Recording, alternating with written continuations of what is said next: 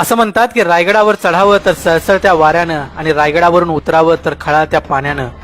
मुघल, पोर्तुगीज, इंग्रज, डच अशा ज्यांनी कोणी रायगड पाहिला त्यानं तोंडात बोटच घातली रायगडाची भव्यता पाहून. आज 350 वर्षानंतरही जेव्हा आपण रायगडावर जातो तेव्हा छत्रपती शिवरायांच्या जवळ गेल्याचा भास होतो. हा इतका भव्य आणि दिव्य असा रायगड ज्याच्या अंगाखांद्यावर छत्रपती शिवाजी महाराज आणि त्यांचे मावळे बागडले, तो रायगड स्वराज्यात आला तरी कसा असा प्रश्न आपल्याला पडतो. त्याचंच उत्तर आजच्या ह्या व्हिडिओमध्ये आम्ही देणार आहोत. या स्वराज्याच्या उभारणीला फक्त मुघल आणि इतर शाह्यांनीच खोडा घातला नव्हता, तर विजापूरच्या आदिलशाहच्या कृपेवर जगणारे आमचेच काही मराठे स्वराज्य बुडवायला बसले होते. त्यातलाच एक होता जावळीचा जहागीरदार चंद्रराव मोरे. याला चंद्रराव हा किताब देखील आदिलशहानेच दिलेला. रायरीचा किल्ला म्हणजे ज्याला आपण रायगड म्हणतो, हा याच मोऱ्याच्या ताब्यात होता. रायगड ते विशाळगड पर्यंतचा घाटमाथ्याचा परिसर या मोरे कुटुंबांच्या म्हणजे 8 कुटुंबांच्या ताब्यात होता. 1655 पर्यंत कोकण आणि देशावरचे आदिलशहाचे किल्ले आणि मोठा भूभाग शिवाजी महाराजांनी काबीज केला होता. रोजच्या पराभवाच्या बातम्यांनी आदिलशाह संतापला होता. शिवाजी महाराजांना उघड लढाईत हरवणं अवघड होतं. त्यामुळं शिवरायांना युक्तीनं पकडण्यासाठी बाजी शामराज नावाच्या एका सरदाराला आदिलशहानं पाठवून दिलं. 10,000 सैन्यासह चालून आलेला हा शामराज महाबळेश्वर जवळच्या पारघाटात लपून बसला. कोकणातून येणाऱ्या शिवरायावर अचानक झडप घालण्याचा त्याचा विचार होता, पण अखंड सावध असणाऱ्या शिवरायांना या गोष्टीचा अगोदरच पत्ता लागला होता. त्यामुळे शिवराय यांच्याच सैन्यानं या शामराजवर झडप घातली आणि या शामराजाला पळवून लावलं. पण प्रश्न असा होता की महाबळेश्वर, पारघाट या जावळीच्या दुर्गम प्रदेशात येऊन छत्रपती शिवाजी महाराजांच्यावरच हल्ला करायचं धाडस शामराजला झालं तरी कसं? तर ते धाडस त्यानं केलं होतं जावळीच्या चंद्रराव मोरे याच्या मदतीनं. हे जेव्हा शिवाजी महाराजांना समजलं तेव्हा महाराजांचा संताप खूपच वाढला. महाराज म्हणाले, चंद्रराव मोरे यास मारल्या विरहित राज्य साधत नाही. महाराजांचे हे शब्द नुसते शब्द नव्हते, ते चंद्रराव मोऱ्याचं विधी लिखित होतं. महाराजांनी मग चंद्ररावाला खरमरीत पत्र पाठवले. तुम्ही आपणास राजे म्हणता ते केवळ व्यर्थ होय. आम्ही खरे राजे. आम्हा श्री शंभूने हे राज्य दिले आहे. तुम्ही विजापूरकरास कर देता तो देण्याचे बंद करून आम्हास देत जावा व आमचे अंकित व्हावे. आमचे अंकित न होता बदफैल व्हाल तर तुमची जावळी हस्तगत करून तुम्हास कैद करून ठेवू. चंद्रराव मोरे अतिशय मस्तीत होता. 25 वर्षाचा हा पोर माझे काय वाकडे करेल असे त्याला वाटले. त्यात जावळी अतिशय दुर्गम प्रदेश, शिवाय मोऱ्यांच्याकडे 15,000 खडस सैन्य होतं. मोऱ्यानं अति आत्मविश्वासानं शिवरायांना उलट उत्तर पाठवलं. तुम्ही काल राजे झाला, तुम्हास राज्य कोणी दिले? घरी आपणास फुकटचे राजे म्हणून घेतले तर ते कोण मानील? जावळीला याल तर तुमचा एकही माणूस परत जाणार नाही. तुमच्यात पुरुषार्थ असेल तर उद्या येणार ते आजच यावे. आमच्याशी कटकट कराल तर विचार करून करा. तुम्हाला वरकड मुलूक आहे, येथे उपाय कराल तर अपाय होईल. हे उत्तर ऐकून मग शिवाजी महाराजांनी मोऱ्यांना शेवटचा इशारा दिला. महाराजांनी सांगितलं, तुम्ही आपणास राजे म्हणायचे सोडून देऊन व मोर्चेल वगैरे राजचिन्हे एकीकडे ठेवून रुमालाने हात बांधून भेटीस याल व आमची चाकरी कराल तर ठीक आहे, बदफैली कराल तर प्राणास मुकाल. आता मात्र हद्दच झाली होती. महाराजांनी चंद्रराव मोऱ्याच्या कायमच्या पारिपत्याची योजना आखली. आपले सहकारी रघुनाथ बल्लाळ यांना महाराजांनी काही माणसे देऊन जावळीस पाठवले. बल्लाळांनी जावळीत जाऊन जावळीचा अंदाज घेतला.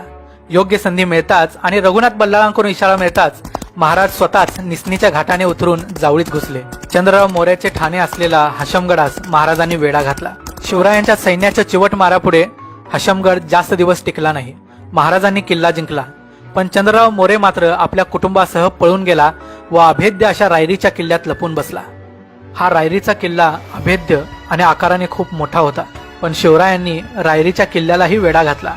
चंद्रराव मोऱ्यांच्या सैन्याबरोबर तुरळक चकमकी रोज रोज होत होत्या, पण महाराजांनी किल्ल्याची रसदच रोखली. त्यामुळे मोऱ्यांना किल्ला लढवणं अवघड होऊन बसलं. किल्ल्यावरून होणाऱ्या तोफांच्या माऱ्यामुळे महाराजांना देखील पुढची परिस्थिती बिकट दिसत होती.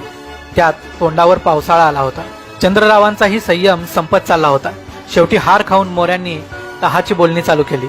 चंद्रराव मोऱ्यांनी 3 महिने किल्ला लढवून अखेर महाराजांसमोर शरणागती पत्करली आणि रायरीचा किल्ला शिवाजी महाराजांच्या हाती आला.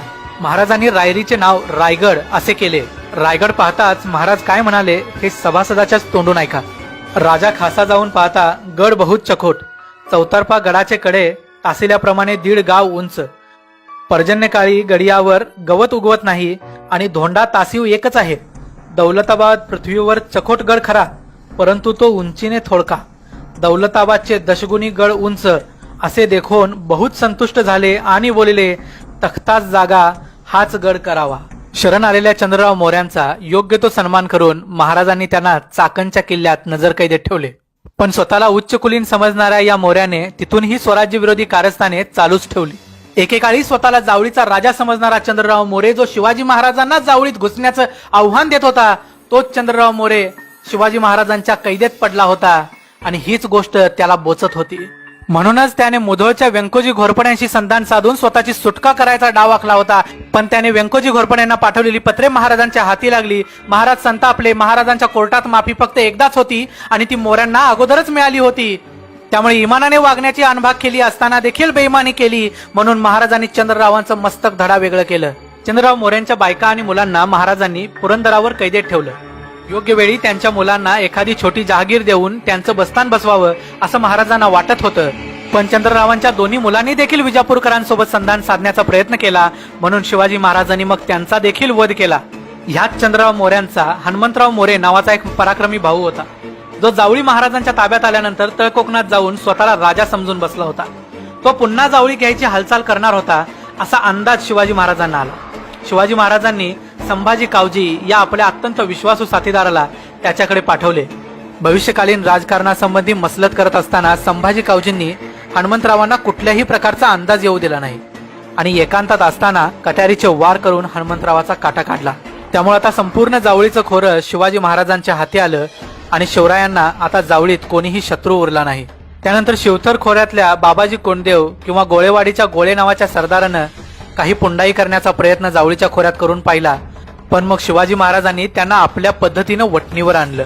पातशाच्या जीवावर महाराष्ट्राची लूट करणाऱ्या आधम आणि घमंडी मोरे घराण्यास महाराजांनी राजकारण आणि युद्ध या दोन्ही आघाड्यावर पाणी पाजलं आणि एक पराक्रमी आणि स्वाभिमानी महाराष्ट्राचा पाया घातला. मोऱ्यांच्या हातून स्वराज्यात आलेला रायगड पुढे स्वराज्याची राजधानी बनला आणि आज ही 350 वर्षानंतर शिवरायांच्या पराक्रमाची साक्ष देत तो उभा आहे. हा व्हिडिओ जर आपल्याला आवडला असेल तर आम्हाला कमेंट करून सांगा.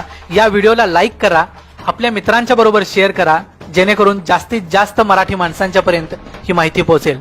तोपर्यंत पुन्हा भेटू पुढच्या एखाद्या व्हिडिओमध्ये. जय हिंद.